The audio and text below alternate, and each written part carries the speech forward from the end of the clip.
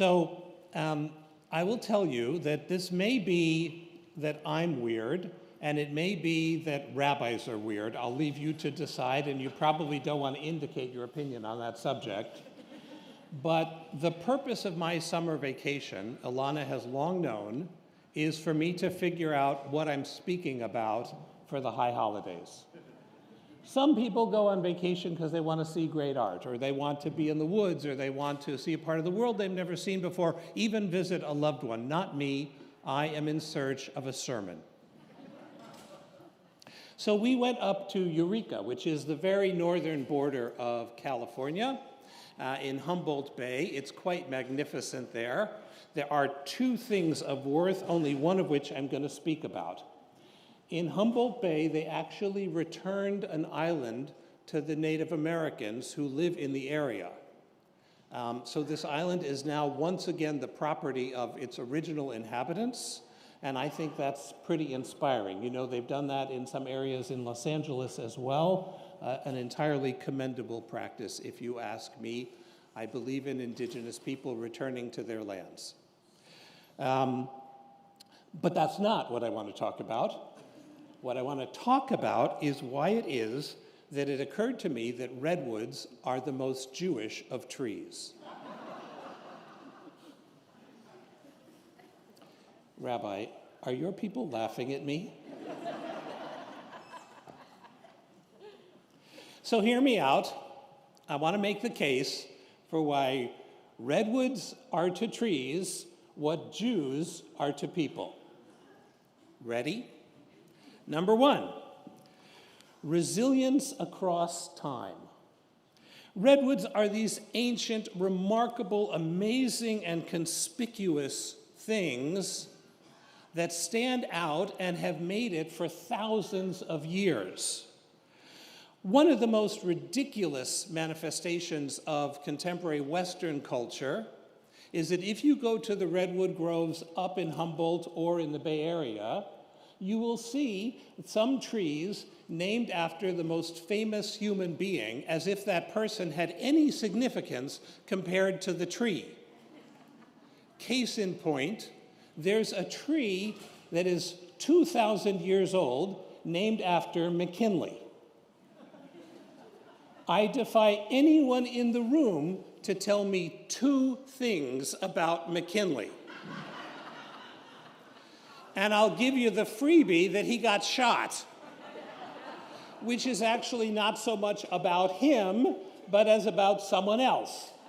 To name one of nature's most glorious ancient trees after this nudnik, who was president of the United States, is just arrogant as hell. But Jews have, like redwoods, persisted for thousands of years, surviving exile and persecution and dispersion, all the while maintaining identity and tradition. This is, I think, astonishing. Point number two. Redwoods used to be spread all across North America. They used to cover the entire continent. They are now restricted to very narrow regions, mostly in the northern coast of the western United States. Jews also used to be spread out around the world. Did you know that 90% of the world's Jews are now restricted to 5 cities in the world? They are. Here we go, my favorite roulette. 5 cities that the Jews are found in. The top 5 are New York, LA, Tel Aviv, not Chicago, not Paris, not DC, Jerusalem, can we say Jerusalem? All right, and the 5th that nobody ever guesses, Haifa. Poor Haifa, it always gets left out. Haifa, well, of course, okay, fine. Credit to you.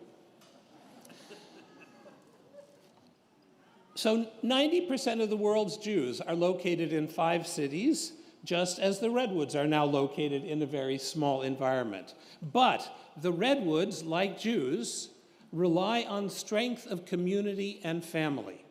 That is to say, as individuals, each redwood tree has very thin root systems. If the redwoods grow by themselves, they fall down. The only way redwoods stay up is that their roots intertwine with each other. And so each redwood holds up its fellow redwoods, right? Who's giving this sermon, please? You give her an honor, and all of a sudden she's taken over the mic, too. Yes, they grow in circles. They grow with the ones that they love. And that is an astonishing thing. There are family clusters of redwoods. Redwood children and redwood aunts and uncles and redwood grandparents. They all grow in circles with each other, all of them holding each other up and sustaining them. Just like the survival of the Jews, which has not depended on our individual strength, but on our communal bonds, on shared ritual and mutual support and shared texts and solidarity that transcends geography or generation. Adaptation and renewal. Did you know that redwood trees have evolved so that they are stronger when there's a forest fire? The fire releases chemicals within the redwood that hardens the wood in its outer shell and allows it to survive better. It also forces them to bloom in new shoots because of the fire. So they go through this challenge. They also have a remarkable ability to produce their own insecticide. So insects that will kill other trees do not harm redwoods.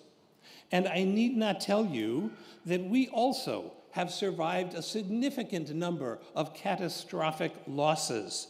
The destruction of the temples, expulsions, pogroms, the Holocaust, and yet Jewish life has renewed itself again and again and again. We build new centers to gather, new places to study, to live our culture, to celebrate and to mourn together, and that leaves us stronger for what is yet to come.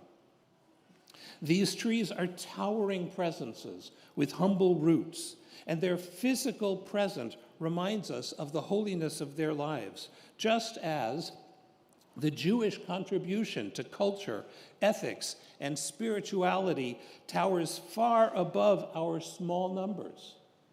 We are not mighty in the military or political history of the world, and yet our core values, the things that make life matter, the world speaks in Hebrew tones, centering on justice, on family, on compassion, on love, on deeds of tikkun.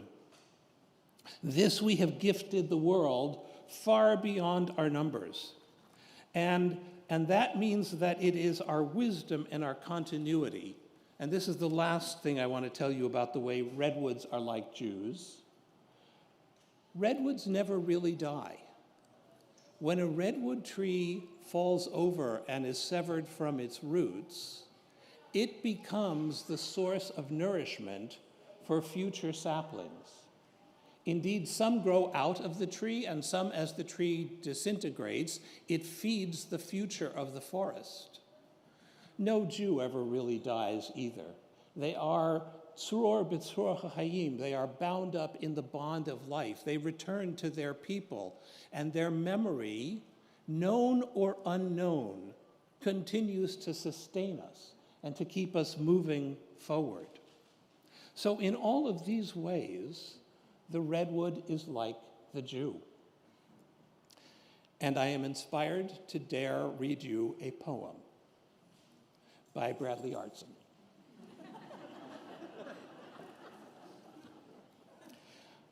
I stroll the remnants of the ancient forest. Redwoods reach past their own sheltered shade.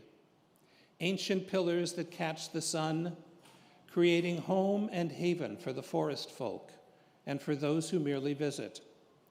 Their glory is not in their imposing height or even their hoary age, but in the buried weaving of shared roots below. Each towering tree nestled and supported by its children, siblings, parents, and neighbors, the network of roots sustaining a grove. So too, my ancient wandering people, our resilience is found not in the solitary soul, but in the communion of us all, living and dead, local and dispersed. Our souls entwined together behind the veil of vision, bound in the bonds of life, holding one another to endure and to triumph. The Redwood survives centuries, scarred yet standing, its rings a record of every drought and flood. So too my people Israel, enduring the scars and wounds of exile and return, each generation another ring of Torah, another circle of our sacred song. When one ancient trunk falls to the forest floor, supple shoots spring from the decaying stump, life insisting on life, stronger still than death. So too my people, from ashes, new communities, from silence, new melodies, from wandering, new homes, from memories, renewed vitality. With the redwoods, we witness, stand tall, lean on each other, survive and thrive, and our Jewish hearts respond, we remember, we renew, we return, we begin again. Shabbat Shalom.